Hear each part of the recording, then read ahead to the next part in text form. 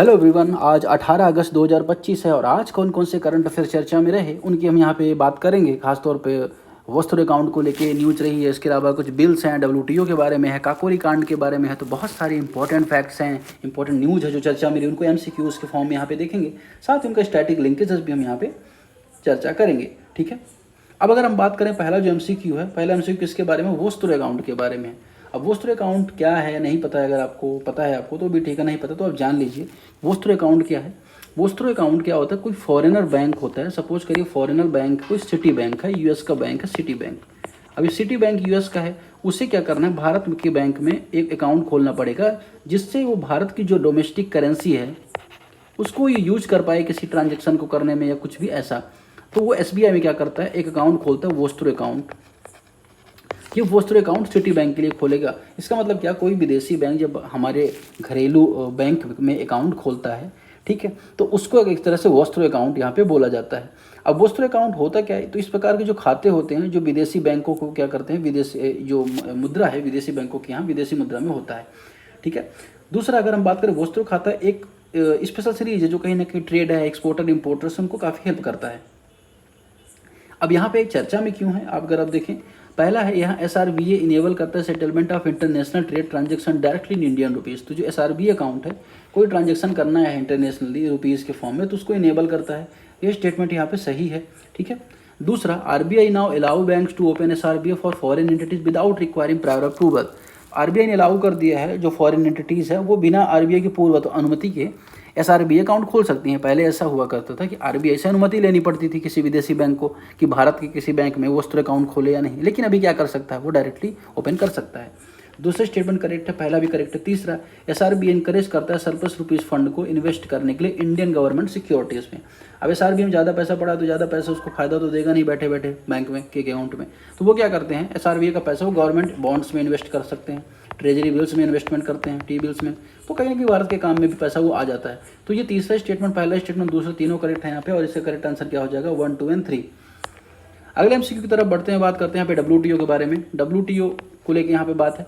WTO जिसे gate पहले बोला जाता है, general agreement trade and tariff, बाद में 1995 में मराकस एग्रीमेंट के बाद इसको डब्ल्यूटीओ बनाया गया, वर्ल्ड ट्रेड ऑर्गेनाइजेशन, और जेनेवा में इसका हेडक्वार्टर है। यहाँ पे एमसीक्यू क्या, जो ग्लोबली जो ट्रेड है उसको कहते हैं कि उसके लिए एक नॉर्म्स बनाता है जिससे ग्लोबल प्रैक्टिस बेहतर चलती रहे, ग्लोबलाइजेशन बढ़ता रहे। डब्ल्यूटीओ सेट करता है global trade rules for good services and intellectual properties. तो देखिए जो आईपीआर इन सब के लिए भी क्या करता है, ये नॉर्म्स सेट करता है। तो इसके लिए कुछ आपने एग्रीमेंट सुने होंगे, जैसे कौन सा एग्रीमेंट है, गेट्स करके सुना होगा। तो इस तरह से वो क्या करता है, ट्रेड के लिए, सर्विसेज के लिए क्या करता है, ये नॉर्म सेट करता है। ये बात यहाँ पे करेक्ट है यहाँ पर। दूसरा, the WTO dispute settlement appellate body has not been functioning since 2019 से क्या हो रहा है यहाँ पे, जो डब्ल्यूटीओ का अपीलेट बॉडी है वो फंक्शन नहीं कर पाई क्योंकि अपॉइंटमेंट नहीं हो पा रही है। यूएस में यहाँ पे क्या है, दखलंदाजी बहुत कर रहा है। यूएस हर एक संस्था को अपने हिसाब से चलाने की बात करता है, हर एक संस्था को अपने ही चलाने की कोशिश करता है, लेकिन यहाँ पर इसी वजह से डब्ल्यूटीओ यहाँ पे फंक्शन नहीं कर पा रहा है। दूसरे स्टेटमेंट यहाँ पे करेक्ट है। तीसरा, पहला भी करेक्ट है। Regional trade agreement strengthen WTO central role in global trade. अब रीजनल जो ट्रेड होते हैं वो डब्ल्यूटीओ को मजबूत करते हैं। देखिए ऐसे कैसे होगा, वर्ल्ड ट्रेड ऑर्गेनाइजेशन ग्लोबली जो ट्रेड है उसको इंपॉर्टेंट देता है। अब रीजनल ट्रेड के एग्रीमेंट हुआ, जैसे मान के चलिए आसियान का भारत से हो रहा है, आसियान इंडिया ट्रेड एग्रीमेंट हो रहा है, इसमें डब्ल्यूटीओ का नहीं बल्कि आसियान और इंडिया का जो कहते हैं ना कि जो रोल है वो इंपॉर्टेंट हो रहा है, उनके बीच बेहतर बात हो रही है। वो ग्लोबली ग्लोबलाइजेशन को कहीं ना कहीं इम्पैक्ट करते हैं निगेटिवली और डब्ल्यूटीओ कंट्रोल को कम करते हैं। तीसरा स्टेटमेंट यहाँ पे इनकरेक्ट हो जाएगा, फर्स्ट है 1 एंड 2 यहाँ पे करेक्ट हो जाएगा। Next question, with the reference of Kakori train accident 1925, यहाँ पे आपको बताना है कि जो काकोरी कांड हुआ जिसमें जो हथियार थे लूटे गए वहाँ पे जो अंग्रेजों के थे, उसको लेके यहाँ पे बात है। It was led by members of HRA, Hindustan Republic association, जिसमें अगर हम आपने देखा होगा चंद्रशेखर आज़ाद, राम प्रसाद बिस्मिल जैसे सदस्य जुड़े हुए थे, उन्होंने इसको क्या किया था, इसको अंजाम दिया था। दूसरा, Chandrashekhar Azad was the only leader who escape police arrest after the incidents. सभी लोग की गिरफ्तारी हो गई थी, 4 लोगों को फांसी भी दी गई थी, लेकिन यहाँ पर अगर आप देखेंगे कि चंद्रशेखर आजाद भागने में कामयाब हुए। पहला और दूसरा स्टेटमेंट दोनों यहाँ पे करेक्ट हो जाता है। ठीक है, तीसरा अगर हम देखें, after 1928 HRA adopted socialism and collected leadership as HSRA. 1928 में जब भगत सिंह वगैरह भी इसमें शामिल हुए तो इसको बाद में HRA से HRA बना दिया गया। HRA का फॉर्म था हिंदुस्तान रिपब्लिक एसोसिएशन, और HSRA का मतलब था Hindustan socialist Republic association.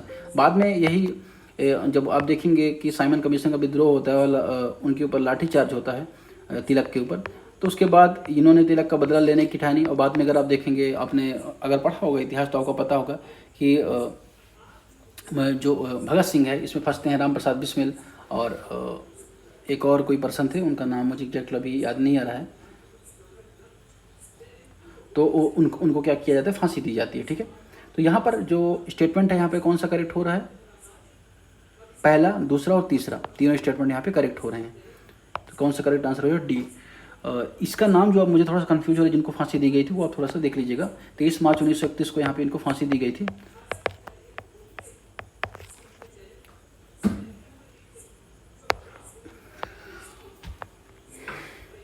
Which are the following statements regarding the national sports governance bill 2025। तो जो राष्ट्रीय खेल शासन विधेयक अभी आया है उसके संबंध में यहाँ पे बात हो रही है। The central government can suspend or cancel sports bodies including BCCI। तो सेंट्रल गवर्नमेंट क्या कर सकती है, यहाँ पे मान्यता को रद्द कर सकती है, ये अधिकार सेंट्रल गवर्नमेंट के पास है। तो बिल्कुल ये बात तो यहाँ पे है। दूसरा, recognising sports bodies are public authority under RTI act only if they receive government grant. अब देखिए RTI एक्ट क्या है, 2005 में जब बना तो उसका मतलब क्या था कि जो भी गवर्नमेंट संस्थाएं हैं वहाँ पर अगर कोई व्यक्ति जानना चाहता है कि यहाँ कैसे फंक्शनिंग हो रही है तो डेमोक्रेटिक फीचर एक इस्टेब्लिश करता है RTI। अब यहाँ पे BCCI को लेकर सुप्रीम कोर्ट में मामला गया था कि BCCI RTI में आता है नहीं आता है। तो यहाँ पे फैसला है कि अगर कोई भी संस्थान सरकार से फंडिंग ले रही है तो RTI के दायरे में आ जाएगी। तो यहाँ पे RTI के दायरे में आ रही है यहाँ पर, तो दूसरा भी स्टेटमेंट यहाँ पे करेक्ट हो जाएगा। The national sport tribunal educates doping related disputes. तो नेशनल स्पोर्ट्स ट्रिब्यूनल है वो डोपिंग रिलेटेड डिस्प्यूट को क्या कर सकता है, एजुकेट करता है, निपटारा करता है। तीसरे स्टेटमेंट यहाँ पे इनकरेक्ट है। डोपिंग के जो मामले हैं ये नहीं तय कर, बल्कि NADA करता है, नाडा जो संस्थान है वो तय करता है। तो तीसरे स्टेटमेंट इनकरेक्ट हो जाएगा।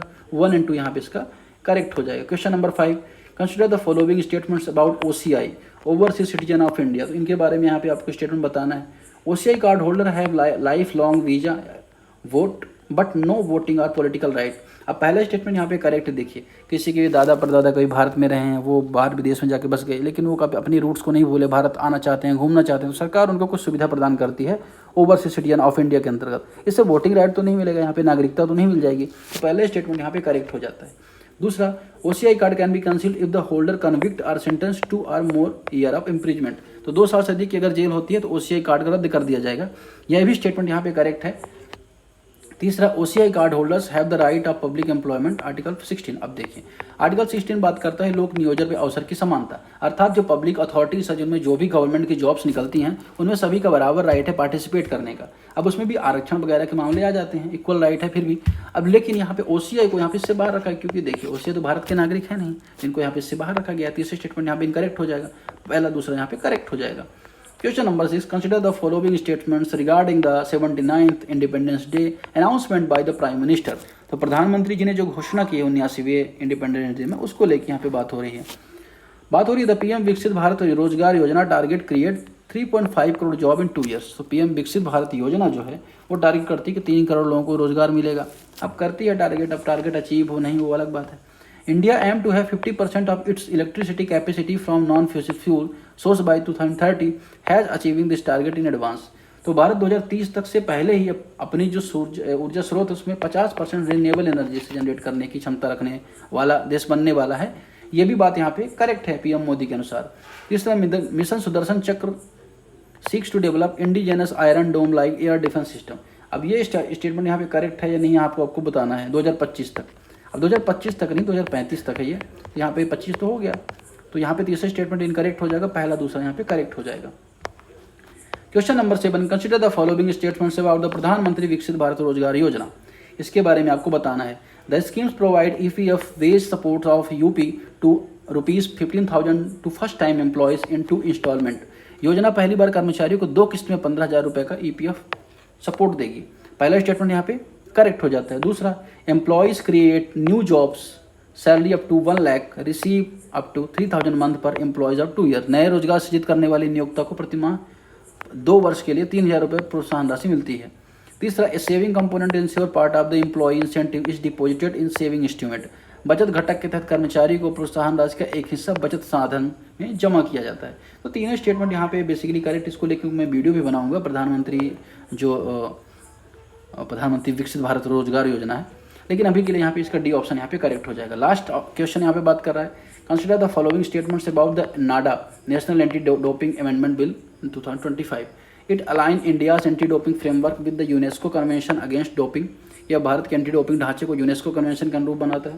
पहला स्टेटमेंट यहाँ पे करेक्ट हो जाएगा। दूसरा, the national anti doping agency is empowered to conduct testing और इन्फोर्स रेगुलेशन।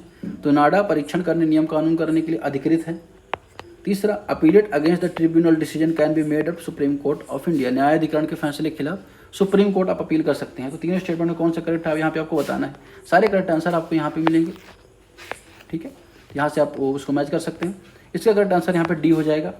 तो यूनेस्को वाला भी ऑप्शन यहाँ पे करेक्ट है, ये नाडा वाला भी करेक्ट है और ये भी करेक्ट है। तो आज 8 ही क्वेश्चन इंपॉर्टेंट लगे जो आज की डिस्कशन में हमने चर्चा कर लिए हैं। ऐसा लगा आपको जरूर बताएं।